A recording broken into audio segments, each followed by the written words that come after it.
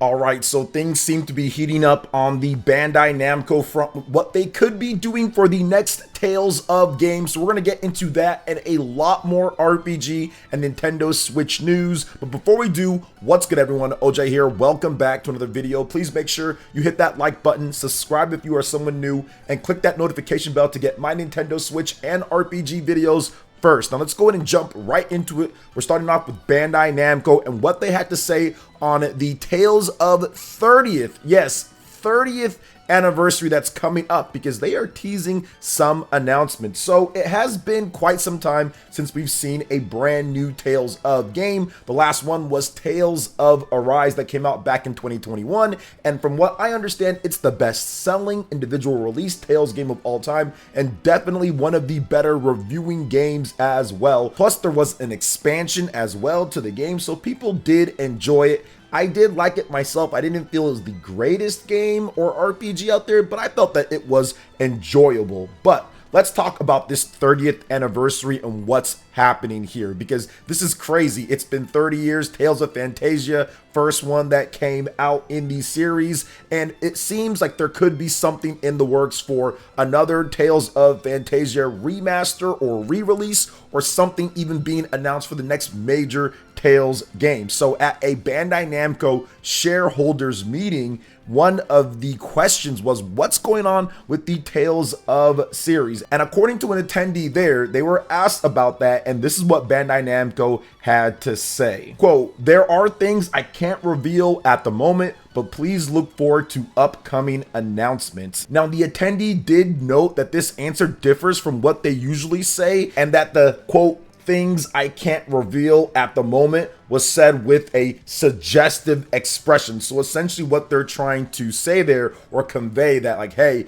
we can't really talk about it, being kind of sly and kind of smirking maybe a little bit, but something is coming up. So I want to talk about this just for a bit, because I am a Tales of fan. My favorite is Tales of Vesperia. I love Tales of Symphonia. I think Tales of Arise is good. I think Tales of Berseria is good. There are a lot of things that are going on with this franchise, and we've heard about the delistings of a few different Tales of Xillia games and the PlayStation 3 titles. So are they going to have a plan to bring those forward to modern systems? Could we see an announcement of Tales of Berseria, Tales of Xillia, a lot of these games that are stuck on older platforms, come over to modern systems? And could we see Tales of Phantasia come back in some type of remaster or remake? Or could we get an announcement of a brand new Tales of game, now that it's been 3 years, going on 3 years since the Tales of Arise title released back in 2021? So if you're a Tales fan, I know it's a little bit rough at this point, but I do feel that things are going to pick up and get better here with Bandai Namco and Tales. I think that they are teasing something coming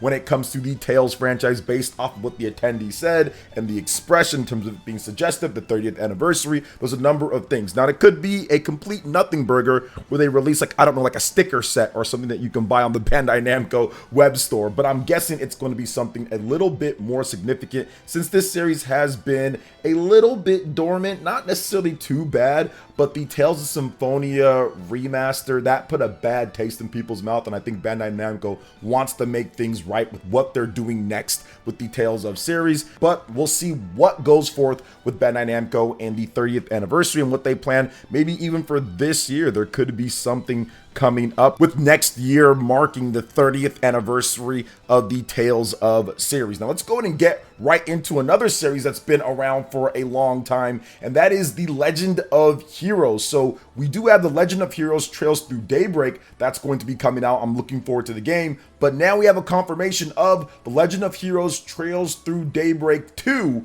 is officially confirmed for the West as well. So it has been revealed on Twitter/X that yes, the Legend of Heroes Trails Through Daybreak 2 will be officially coming to the West. Now, we don't have a release date, just like a lot of these Legend of Heroes games. They kind of just say, hey, it's coming at this point, or it's going to come, and we'll let you know when later down the line. But I do think that audiences, it's saying here at the Anime Expo by NIS America, we could maybe get an announcement and a release date or release window in that time period. And they can also get their hands, if you're there, you can get your hands on the Legend of Heroes Trails Through Daybreak when it launches on July 5th on Nintendo Switch, PlayStation, and PC. So it's going to be there. And Legend of Heroes, there's more coming, but a lot of people have been talking about this. There's been a little minor controversy that I saw kind of pop up with the fans of the Legend of Heroes series, and it's always, where should you start? Where should you play? And like Legend of Heroes Trails Through the Sky or Trails Through Sky, that's like the one that people always say you should get into when it comes to getting into the first one for the series, but it's so hard because that's not on the modern platforms and there's issues and everything. So I'll say this, I mean, like, if you want to get into it, you can look at YouTube videos, you can research the backgrounds of the characters, you can look at different Tales for Dummies videos or different documentaries on the stories of the games and kind of jump in where you feel comfortable jumping in. Obviously, it'd be great if you can play every single Trails game beforehand to get prepared to play through all these, but most people don't have the time to sit there and play through a million different Trails games, and even worse, a lot of them aren't on modern systems, or maybe you don't have the system that it's on to play it. So I think that kind of going through and looking up and reading up on the history and reading up on what happened, I mean, it's not as good as playing, but it's still something. So if you want to get into these games, because the Legend of Heroes Trails Through Daybreak, I'll be honest, this is like the best looking one so far that we've seen when it comes down to it. The combat in here just looks nuts with this game, and now we have a confirmation of the second game coming. I know the Falcom president stated that he wanted to get the Legend of Heroes Trails in the Sky over on modern platforms and get that ready to go. We just don't know when that's going to happen. They aren't the biggest operation over there at Falcom, but I do feel that at some point they're going to have to get that done, and they will, especially with all these Legend of Heroes games coming and people being kind of confused on exactly where they need to start, because a lot of the stories, characters, and all that are connected. It's not like Xenoblade Chronicles where over the course of like a decade plus, there's only 3 games plus some DLC and 1 game that's outside of the story trilogy with Xenoblade Chronicles X. It's a ton of games all connecting with different hardware and different stuff happening. So it's a little bit confusing, but I want to get into it. So I went and did some research. I looked up some videos. I had to do it because I just don't have the time. So I'm getting into Legend of Heroes Trails Through Daybreak, and I'm definitely going to get into Trails Through Daybreak 2 as well, because the Legend of Heroes games are awesome. Shout outs to Nippon Ichi Software, NIS America, bringing these games over. Shout outs to Falcom. They found a good pair working together, and they've been doing better than ever now that it's coming out on PC and Nintendo Switch. They're trying to do a better job of bringing them over in a somewhat timely fashion. Still a bit late when it comes to Japan to the West, but it's better than nothing, or it's better than how it used to be at least. So what do you guys think about the Legend of Heroes Trails Through Daybreak 2 getting confirmed before we even have the release of Trails Through Daybreak here in the West? But it's good to see that they are coming, so it's like, okay, I can invest into this franchise, right? So what do you guys think? Let me know in the comment section. But let's talk about something else that's also a bit, I would say, controversial here, and that is Nintendo on the recent leaks and what they're doing to prevent them. So we saw what happened with the Pyoro stuff. We saw what happened with the Midori stuff. We've seen what happened with the Google back-end stuff and all of that leaking. And Nintendo is kind of tired of it, and they are aware, and they're doing things to address the problem. Now, I know there's been like a twofold thing here. There's been stuff that's been going on with their actual release dates. They moved it from Friday to Thursday, and then the pre-orders for certain places. There's a lot of canceled pre-orders for different games like Paper Mario The Thousand Year Door recently, and Luigi's Mansion 2, and Walmart in particular seem to get hit harder than a lot of other places, because Best Buy, it's been good. I can pre-order pretty much any of the games, it's no problem, but it definitely seems like Walmart and Amazon are having the biggest problems. So I think that on that front, before I get into the other things that Nintendo's doing to stop like the web leaks and all that, I think that Nintendo definitely identified where the early copies, usually like when you see a copy of Tears of the Kingdom or some of these games a week or 2 weeks before the launches, because Nintendo has a bunch of pre-orders they're fulfilling, they ship them out to certain places like Amazon warehouses or whatever, or Walmart, and employees get them, and then they dump the cartridge or they sell it or they do something, and then it gets out on there leaked early. Whereas lately that hasn't been happening as early. It still happens like a couple days before, but it's been shortened in terms of the time for leaks and spoilers, which is definitely a good thing for most of the fans that don't want a bunch of spoilers on the internet out there. Now, another thing is the website of it, like their Nintendo Directs and everything that happened. And once again, there was a big scandal with the whole Google YouTube employee that was doing stuff, but it seems like Nintendo is taking some precautions here. They've talked about working with external companies to diagnose security leaks even before they can happen, or just working with them to make sure they get that stuff patched up. And they've also started working with their employees to educate them on IT security, so not being lackadaisical, and make sure that they cross all their T's and dot all their I's when it comes to working. Nintendo's also locked up on a number of other things. Kit and Krista did a video about this, talking about how Nintendo does not discuss who's making some of their games. We've seen it with Princess Peach Showtime. We saw it with Super Mario RPG, the remake. We're seeing it with Mario and Luigi Brotherhood. Nintendo is not exactly telling us what specific team within Nintendo or outside of Nintendo are making certain games for them. We find out when it just happens. I mean, sometimes we find out earlier, like with Donkey Kong Country Returns with Forever Entertainment, but a lot of times we have to wait till the credits roll or right before. And I do think that this is a number of reasons why they're doing this, and that's part of it. It's for the security and leaks part, depending on what employees have access to information and kind of what's happening there, or even harassment of employees and people online, which I think I saw for the worst online outside of like Sakurai and Super Smash Brothers. The worst was Bayonetta 3 and like the fan campaign to get Jennifer Hale replaced, and people just being crazy towards Hideki Kamiya and all of that. If you don't know who's actually doing that, you can just direct your hatred towards Nintendo if you want as a whole. So I think that it does help the employees a bit. But then once again, I think security wise, it can cut down on things if you just kind of keep stuff under wraps and have NDAs on all of that information. So Nintendo's definitely tightening up here with the leaks and stuff, and we'll see what happens, because we're heading into the Nintendo Switch 2, and the last thing that you want is a major leak with Switch 2 games and the Switch 2 system and the features and stuff like that. You don't want that.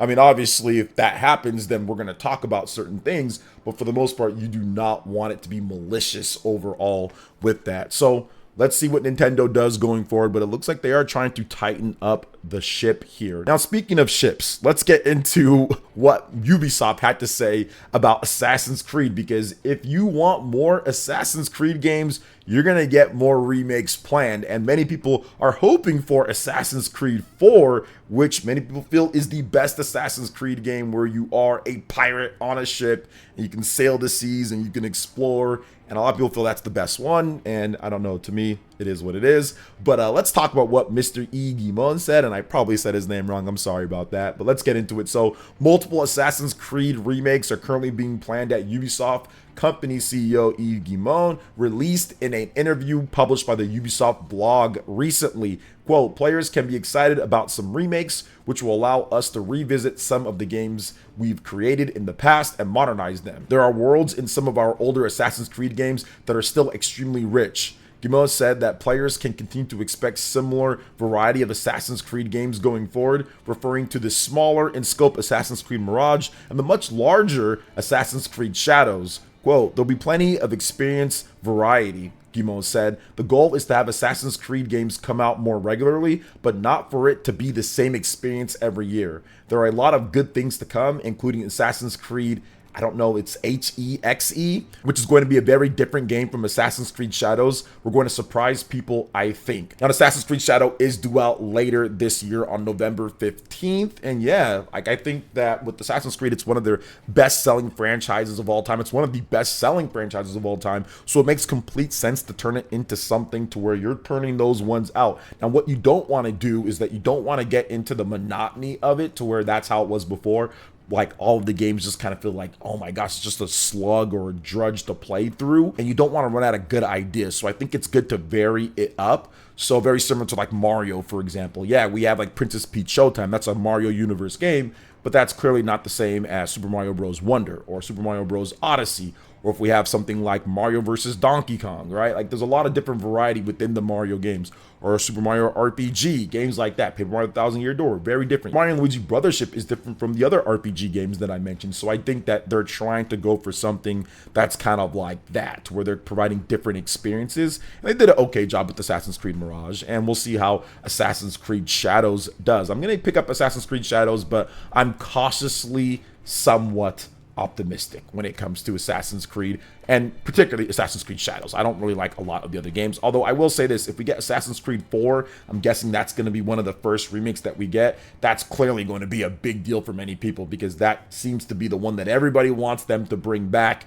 and probably think is better than a lot of the current Assassin's Creed games. So it makes sense if we see more Assassin's Creed 4, and even like Assassin's Creed 3, if they can fix some of the issues with that game. Not sure exactly how they do it, but Assassin's Creed 3, that'd be cool too. They have some remasters already available for like the Ezio trilogy and all of that, so you can play those if you want. But yeah, we'll see about some of the older ones as well. So let's get into the last topic here, guys, and that's Elden Ring. We've got some sales updates, which is pretty impressive here, especially for an expansion. So Elden Ring expansion Shadow of the Erdtree has topped 5 million in sales in 3 days. That's a lot of tarnished right there. So Elden Ring expansion Shadow of the Erdtree, 3 days, 5 million. Bandai Namco and From Software have announced. Now, Elden Ring launched back in 2022 for Xbox, PlayStation, and PC.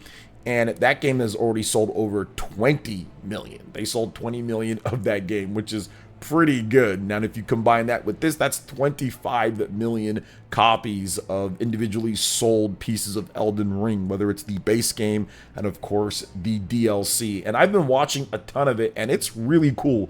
I almost thought for like a second, I was like, man, maybe I should pick up Elden Ring, the DLC. And then I remembered, wait a minute, I'm not even anywhere near close because I didn't beat the game, and I didn't do all the stuff that you need to do to get the Elden Ring Shadow of the Erdtree DLC, or at least be able to access it. So no, I'm just gonna watch other people play, and it's been a blast. I like seeing some of the new weapons, the twin blades, and I love seeing like the fisticuffs fighting different stuff there. It looks really cool. Maybe one of these days I'll go back to it, but probably not anytime soon. I'm just not necessarily in the right space to play, and I just have so many other games that I'm playing right now and are trying to get through, but it looks really cool. And congrats to Bandai Namco and From Software. They've got a massive mega hit on their hands here with Elden Ring and the Shadow of the Erdtree DLC. Heck, I even saw people unboxing the huge collector's edition that was like $200 plus, or however much it costs. So good stuff to them. I'm glad that From Software stuck to their guns in terms of making difficult games, and people decided to